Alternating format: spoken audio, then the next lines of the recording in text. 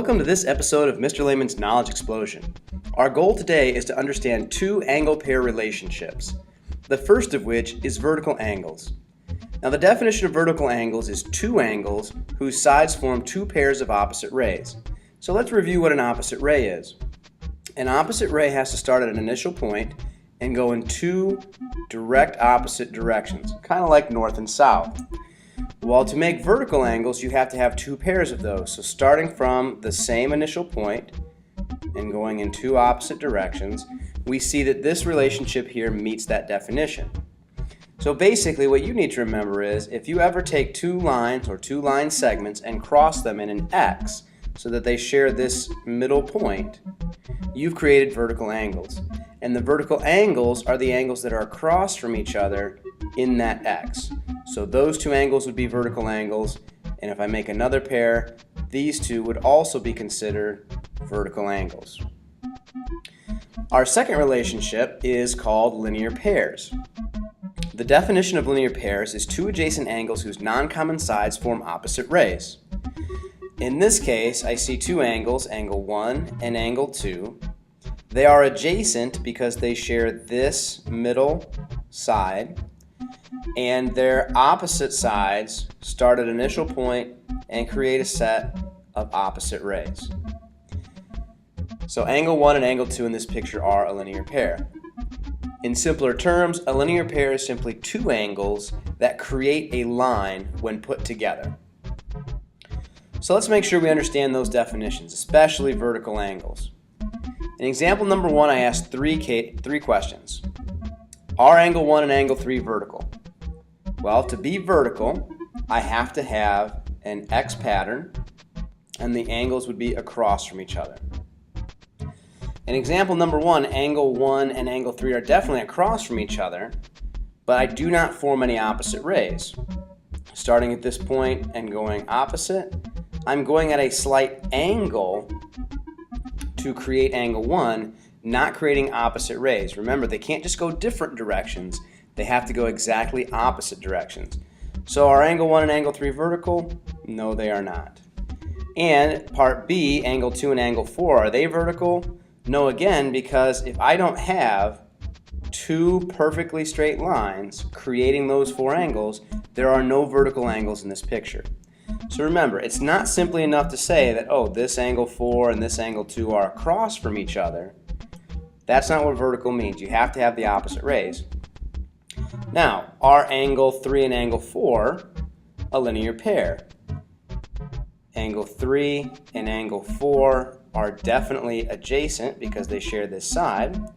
And now I check the definition. Do the other sides of angle 3 and angle 4 make an opposite ray? Yes, they do. So in this case, angle 3 and angle 4 are a linear pair.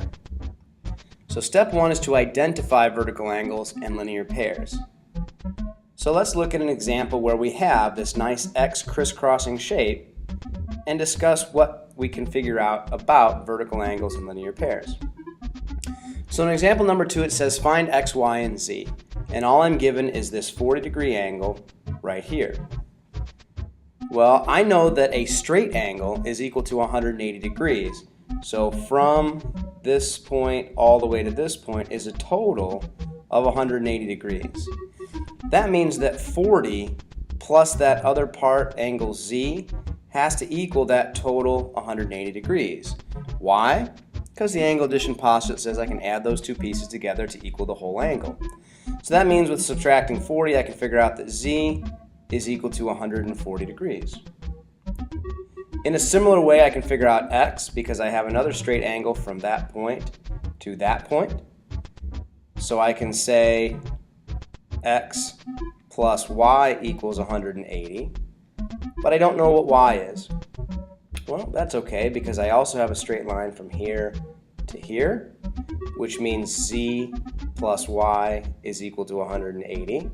But we know what Z is. Z is 140, so 140 plus Y equals 180.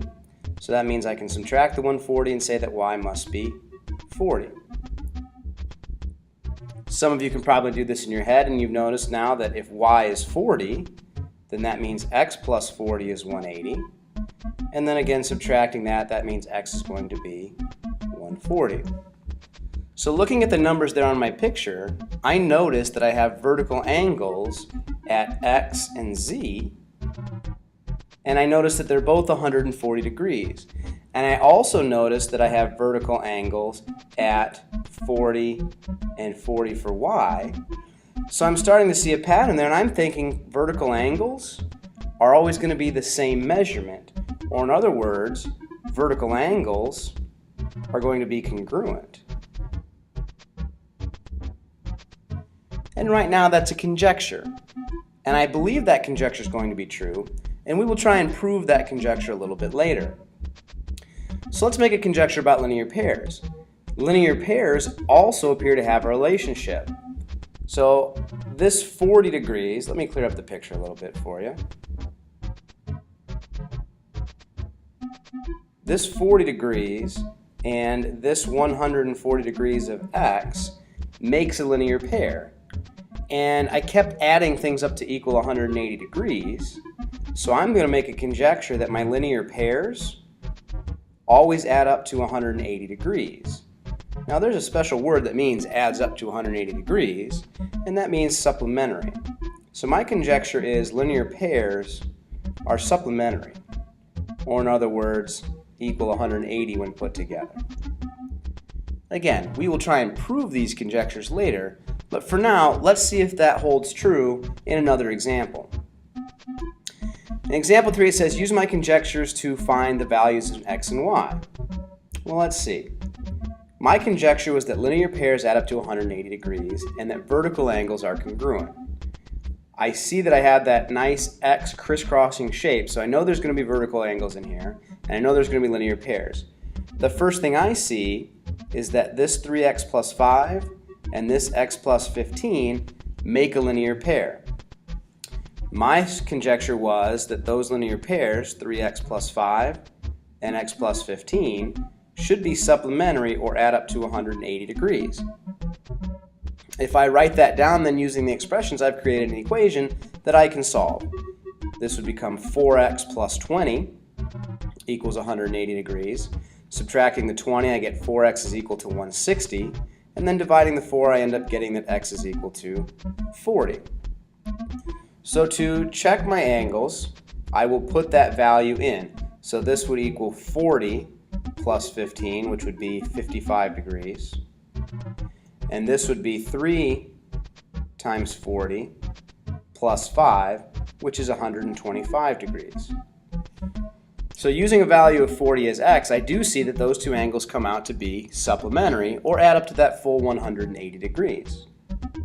Now I have options. I'm going to try and use my conjecture about vertical angles to figure out why. If this angle of x plus 15 was equal to 55 degrees, my conjecture was that this vertical angle directly across from it should also equal 55 degrees. Well, if that y plus 20 equals 55 degrees, I can write that as an expression, y plus 20, equal to the value of 55 degrees for the measurement. Solving a quick algebra equation here, I subtract the 20 and I figure out that y is equal to 35. So let's test that in this last angle. If y is 35, then 4 times 35 minus 15 should equal that other pair of the linear pair. So 4 times 35 is 120, 140, minus 15, which is 125. So is my conjecture supported? Absolutely. Using my conjectures, I found that those vertical angles were congruent, 55 and 55, and the other pair of vertical angles were congruent, 125 and 125, and every set of linear pairs added up to 180 degrees. So is my conjecture true or false? Well, right now it's neither. I have not found a counterexample to my conjectures, but I haven't proven it true for all cases. So later we will try and prove these conjectures, but until we do, let's make the assumption or consider it to be a postulate that we can use to help us find those missing angles. So the last part of this lesson is I just want to make sure you have two vocabulary terms. If I ever use the word complementary, that means two angles whose sum or adds up to 90. And I already used supplementary, and that means two angles whose sum equals 180 degrees.